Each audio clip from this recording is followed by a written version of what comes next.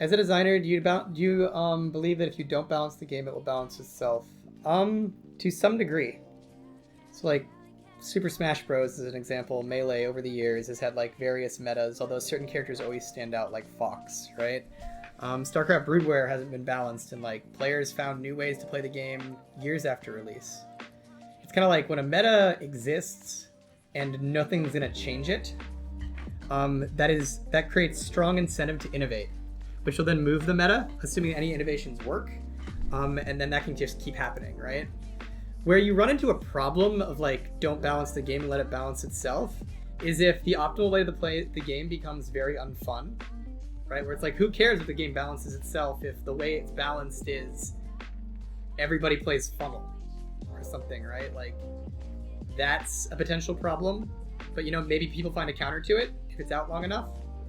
And then the other thing is just like, maybe certain characters like are just totally broken, and like, yeah, people will find counters to them, but you're still seeing that character every game. Maybe that's a bad thing. And maybe certain characters are just useless regardless of what counters and like counter other play you can find. So it's just, it's a thing where I do think games can be self-balancing to some degree. And we've seen many examples of this throughout like gaming history in terms of competitive games. But there's still a cost to it in terms of certain things can become very meta, very generic over the long term, and depending on what your game is, that could be good or bad, right? When are Swifties getting nerfed to the most powerful boots on every champ? Is that true? That would be my question. Is that true? So one of the things, I'm not saying Swifties are weak. Let's be clear. I'm fairly certain they're powerful boots right now. So I'd agree with you that they're powerful. That said, just because Swifties have a high win rate does not mean they're overpowered. So here, let's take a look. I don't know, Darius. Okay, so let's take a look at this, right? Darius has a 56% win rate on Swifties with a 17% pick rate, 18% pick rate. And then lower win rate, meaningfully lower win rate on steel caps and merc treads, right? So one of the things that might tell you is, oh, clearly Swifties are overpowered. They're the highest win rate boot. But it's not that simple when it comes to item win rates. So as an example, with Darius, if Darius is building Swift boots, it means he's in a game where he doesn't have to build merc treads or steel caps. Which probably means he's in a game where he's already doing well or already winning, or the enemy team just can't deal with him, right? And so, like, in a Swifties Darius game, that is a game that Darius is likely to already be doing well, compared to, like, in a plated steel caps game, that's like a much more standard game where it's like, oh man, Darius is like, oh man, I gotta deal with some physical damage threats, I should buy steel caps, right? And so, could Swifties be strong? Definitely. Could they be too strong? Yeah. Are they clearly the best option on every character?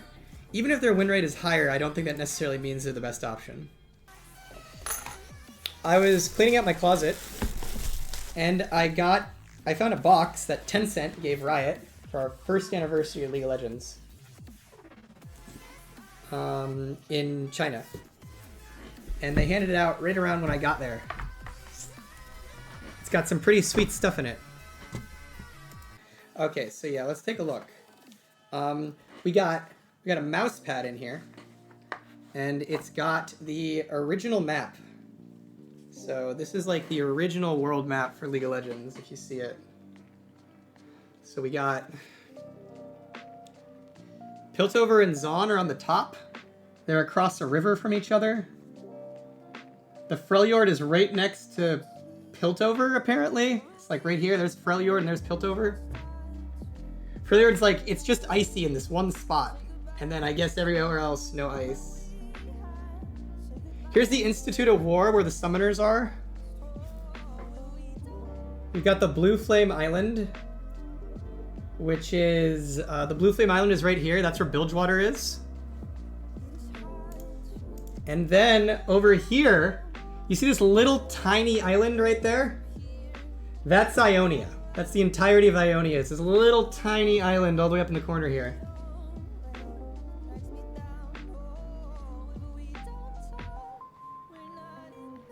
Oh, then Bandle City's on the map. It's down there.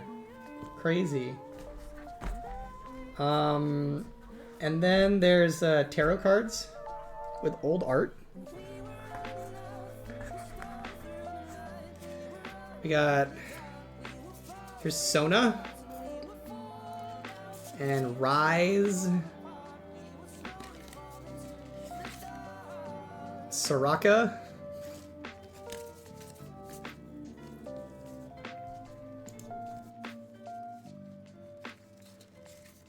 LeBlanc. Leona looking very glamorous. Oh, and here's Swain, the Grand General.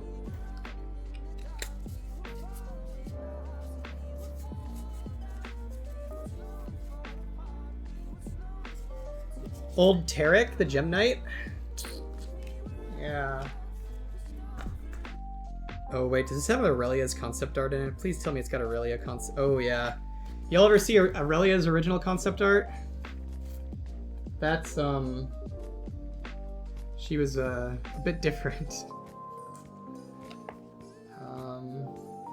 I've seen a lot of sorts answering people's questions. Recently, I felt there's too much slow in the game. What are your thoughts? 138 out of 170 champions have slows in their kits, and red buff also slows. Do you want to see speed boots become more meta? So, as an abstract concept, slows and CC cause action to happen, which is generally a good thing for the game. And they are also like somewhat anti-snowball-y in that, like, you know, if someone's popping off, you could potentially catch them out and kill them. A lot of kits kind of rely on slows. Oh god. A lot of kits can like rely on slows to give their kits like interesting nuance and variance. Like the difference between whether they slowed you or not is a big deal. And yeah, like mainly it's just like, sorry, like the statement, hey, most champions have a slow. Does that mean there's too many slows? There's a reason a lot of characters have some sort of utility or CC in their kit. Slows being like one of the weaker versions of it. And it tends to be good for like the variance and nuance of characters to give them slows, as well as like the overall structure of the game. Having CC in it will cause the game to go towards conclusions, which is generally a good thing.